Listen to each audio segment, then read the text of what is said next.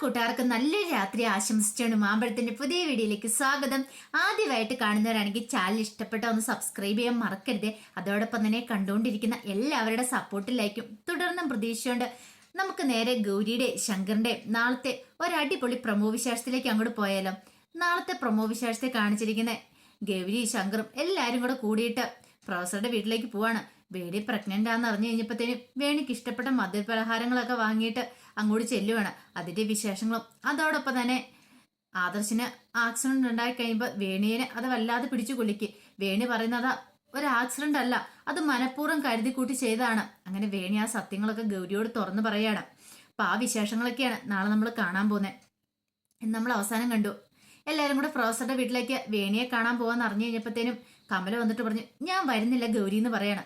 അതെന്താ ഗൗരി അല്ല അതെന്താ കമലെടുത്തി വരാത്തേന്ന് ചോദിക്കാം. ഇല്ല, ഇങ്ങനെയുള്ള ചടങ്ങുകൾക്കൊന്നും എനിക്ക് വരാൻ പറ്റില്ല എന്ന് പറയാം. അതെന്താ വന്നാല് ഞാൻ വന്നിട്ടുണ്ട് ദുശകനമാന്ന് പറയാ. വേണിക്കൊരു നല്ല കാര്യം നടക്കാൻ പോലെ, ഒരു കുഞ്ഞുണ്ടാകാൻ പോലെ, അപ്പൊ കുഞ്ഞില്ലാത്ത ഞാൻ വരാൻ പാടില്ലെന്ന് പറയാം. ഇതാരാ പറഞ്ഞേ? അമ്മയാണോ പറഞ്ഞെന്ന് ചോദിക്കാം. അങ്ങനൊന്നുമില്ല, എനിക്ക് മനസ്സിലായി അമ്മയെ പറഞ്ഞെന്നുള്ളേ. അതെ, ഒരു കാര്യം ഞാൻ പറയാൻ കമലെടുത്തി, പോകുന്നുണ്ടെങ്കിൽ നമ്മളെല്ലാരും ഒരുമിച്ചായി വീട്ടിൽ നിന്ന് പോളൂ, അല്ലെങ്കിൽ ഈ ചാരങ്ങാട്ട് വീട്ടിൽ നിന്ന് ആരും പോകത്തില്ലെന്ന് പറയാം. ഇത് കമല പറഞ്ഞു, വേണ്ട ഗൗരി, നിങ്ങൾ പോയിട്ട് വരാൻ പറയണം.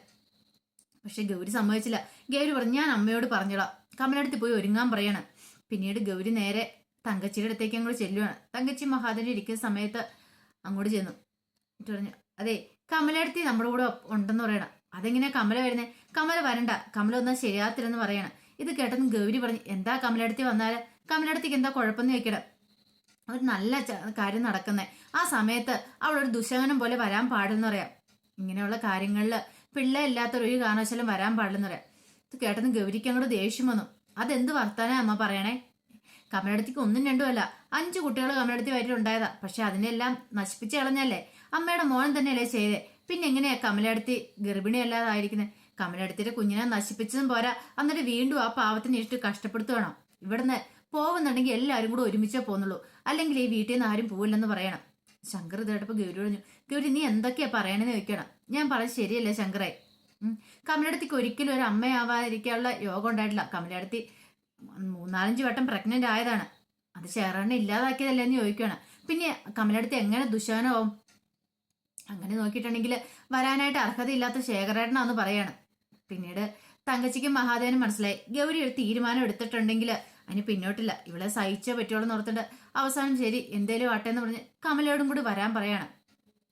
പിന്നീട് കാണിക്കുന്ന വേണി ആദർശം കൂടെ ആക്സിഡന്റ് എല്ലാം ശേഷം ഹോസ്പിറ്റലിൽ പോയിട്ട് വീട്ടിലേക്ക് വരുവാണ്. അപ്പൊ കൈക്ക് ചെറിയ ഫ്രാക്ചർ ഒക്കെ ഉണ്ടായിട്ടുണ്ട് ആദർശിന്റെ. പിന്നീട് ആ പോക്ക് തന്നെ വേണ്ടെന്ന് വെച്ചു. രഞ്ജുവിന്റെ വീട്ടിലേക്ക് പോകാനായിട്ട് ഇറങ്ങിയതാണ്. പിന്നീട് നേരെ തിരിച്ച് വീട്ടിലേക്ക് വരുമ്പോഴത്തേനും പ്രൊഫസറും നന്ദിനിയമ്മ എല്ലാം പേടിച്ചു പോയി. കാരണം ഒരു കുഴപ്പമില്ലായി പോയ ആദർശ പെട്ടെന്ന് തിരിച്ചു വന്നത്. കയ്യിലാണെങ്കിൽ ഒരു ഇങ്ങനെ നമ്മുടെ കൈക്ക് വല്ലായ്മയൊക്കെ വന്നു കഴിയുമ്പോഴത്തേനും ഈ ചെറിയ ഫ്രാക്ചറൊക്കെ വന്നു കഴിയുമ്പോഴത്തേനും കൈ ഇങ്ങനെ തൂക്കിയിടുമല്ലോ, അങ്ങനെയൊക്കെ തൂക്കിയിട്ടുണ്ട് ആദർശ് വീട്ടിലേക്ക് കയറുന്നത്. ഈ കാഴ്ചയാണ് നന്ദിനിയമ്മ ഓടിച്ചിട്ട്, എന്ത് പറ്റുമോനെ, എന്താ കാര്യം എന്നൊക്കെ ചോദിക്കുകയാണ്.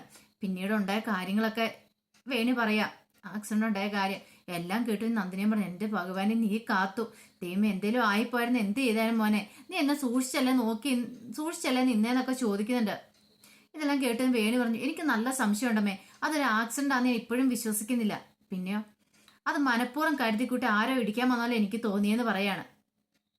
ആദർശം പറഞ്ഞു, പിന്നെ അതൊക്കെ നിനക്ക് തോന്നരാ, അങ്ങനെ എന്നെ ഇടിപ്പിക്കാൻ മാത്രം ആരും ഇല്ലാന്ന് പറയാണ്. എനിക്ക് ഈ ശത്രുക്കളൊന്നും ഇല്ലാന്ന് പറയാം. അതൊന്നും പറയാൻ പറ്റില്ല ആദർശേട്ടാ, എന്താ കാലമല്ലേ എന്നും ആരതിയും പറഞ്ഞു.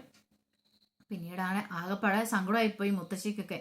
മുത്തശ്ശി പറഞ്ഞു, എനിക്ക് നല്ല സംശയമുണ്ട്, ഈ കുഞ്ഞിനെ അപ്പൻകാലെ പിറന്നാണോ എന്ന് പറയാനുണ്ട്. അമ്മാവൻകാല് അപ്പൻകാലെ, കാരണം കുഞ്ഞു വയറ്റിലുണ്ടായപ്പോ തന്നെ ആദർശിന് അപകടം പറ്റിയല്ലോ. അപ്പൊ പഴയ ഒരു വിശ്വാസം അനുസരിച്ച് അങ്ങനെയൊക്കെ പറയുന്നതാണ്. അപ്പൊ അതുദ്ദേശം മുത്തശ്ശി പറഞ്ഞേ, അപ്പൻകാലയിലാണോ ഉണ്ടായത്, ഈ അപ്പന് വല്ല ദോഷം ഉണ്ടാകുമോ ഈ കുഞ്ഞ് പറഞ്ഞിട്ടുണ്ടെങ്കിൽ? മുത്തശ്ശി അങ്ങനെയൊക്കെ ഒരു അഭിപ്രായം പറയണേ. അപ്പൊ നന്ദിനിയമ്മ പറഞ്ഞു, അതിന് ആ വയറ്റിൽ കിടക്കുന്ന കുഞ്ഞെന്ത് വിളിച്ചു? ആദർശന് ഒരു അപകടം ഉണ്ടായെന്ന് വിളിച്ചിട്ട് ആ കുഞ്ഞിനെ പഴിക്കേണ്ട കാര്യമൊന്നും ഇല്ലമ്മേ, ഇന്നത്തെ കാലത്ത് അങ്ങനെയൊന്നും ആരും നോക്കാറില്ലെന്ന് പറയണം. വേണി പറഞ്ഞു, എന്നാലും ഇതിനെക്കുറിച്ചൊന്ന് അന്വേഷിക്കണം, എനിക്കൊരു സമാധാനം വരുന്നില്ല. അങ്ങനെ അവർ സംസാരിച്ചുകൊണ്ടിരിക്കുന്ന സമയത്താണ് മഹാദേവനും തങ്കച്ചിയും ഗൗരി എല്ലാരും കൂടെ അങ്ങോട്ട് കയറി വരുന്നേ. അവരെ കണ്ടതും വേണിയിലും നന്ദിനിയമ്മയിലും എല്ലാവരുടെ അന്താളിപ്പാണ് ഉണ്ടായത്. കാരണം ആരതിയാണ് ഈ കാര്യങ്ങൾ വിളിച്ചു പറഞ്ഞേ. പക്ഷെ ബാക്കി വേണിക്കൊന്നും അറിയില്ലായിരുന്നു അച്ഛനും അമ്മയും എല്ലാവരും കൂടി ഇങ്ങോട്ട് വരുമെന്ന്.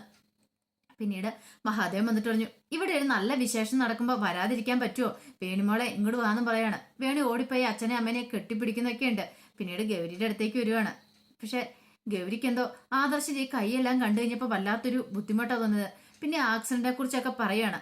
ഇതെല്ലാം കേട്ട് കഴിഞ്ഞപ്പോൾ ഗൗരിക്ക് എന്തോ ഒരു ടെൻഷൻ. വേണി തറപ്പിച്ച് പറയുകയും ചെയ്തു, അത് ആക്സിഡന്റ് അല്ല, എനിക്ക് ഉറപ്പാണ്, മനഃപൂർവ്വം ഇടിക്കാൻ വന്നാണ്, ഞാൻ എൻ്റെ കണ്ണുകൊണ്ട് കണ്ടതാന്ന്. ഗൗരിക്ക് തോന്നി എന്തോ എവിടെയോ ഒരു പാളിച്ച പറ്റിയിട്ടുണ്ട്, ആരോ മനഃപൂർവ്വം ചെയ്താണ് വഴി. വേണി അങ്ങനെ കള്ളത്തരം പറയേണ്ടൊന്നും ആവശ്യമില്ല. പിന്നീട് എല്ലാവരും കൂടെ സന്തോഷത്തോടെ വർത്താനമൊക്കെ പറഞ്ഞിട്ടിരിക്കുകയാണ്. ഈ സമയം ആദർശിനെയും വേണിയുടെ ഉള്ളിലൊരു ആന്തലുണ്ട്. പ്രഗ്നന്റ് അല്ല, പക്ഷെ പ്രഗ്നന്റ് ആണെന്ന് കള്ളം പറഞ്ഞിരിക്കുന്ന. പിന്നെ എന്ത് ചെയ്യും? എല്ലാവരും അറിഞ്ഞ് ഓടി വരികയും ചെയ്തു. ഹോസ്പിറ്റലിൽ പോയി ചെക്കപ്പ് നടത്തിയിട്ട് എല്ലാവരും പറഞ്ഞാൽ മതി എന്നാണ് പറഞ്ഞത്. പക്ഷെ ആരതി അത് വിളിച്ചു പറയുകയും ചെയ്തു. പിന്നീട് നന്ദിനിയമ്മയോട് വേണി വയ്ക്കുന്നുണ്ട്, അതെ ആരാ വീട്ടിലേക്ക് വിളിച്ചു പറഞ്ഞ? ഞാൻ പറഞ്ഞല്ലേ ഇപ്പൊ ആരോടും പറയണ്ടെന്ന്. ഹോസ്പിറ്റലിൽ പോയി ചെക്കപ്പ് ചെയ്തിട്ട് വന്നിട്ട് പറഞ്ഞാൽ പോരെന്ന് പറഞ്ഞല്ലേ എന്നൊക്കെ ചോദിക്കുകയാണ്. അതിപ്പോൾ എനിക്കറിയത്തില്ല. അപ്പോൾ ആരതി പറഞ്ഞു, ഞാനാ വിളിച്ച് പറഞ്ഞതെന്ന് പറയാണ്. പിന്നീട് എന്തെങ്കിലും പറയാൻ പറ്റുമോ? പ്രഗ്നന്റ് ആണെന്നോർത്ത് കരുതി ഇരിക്കുമല്ലേ.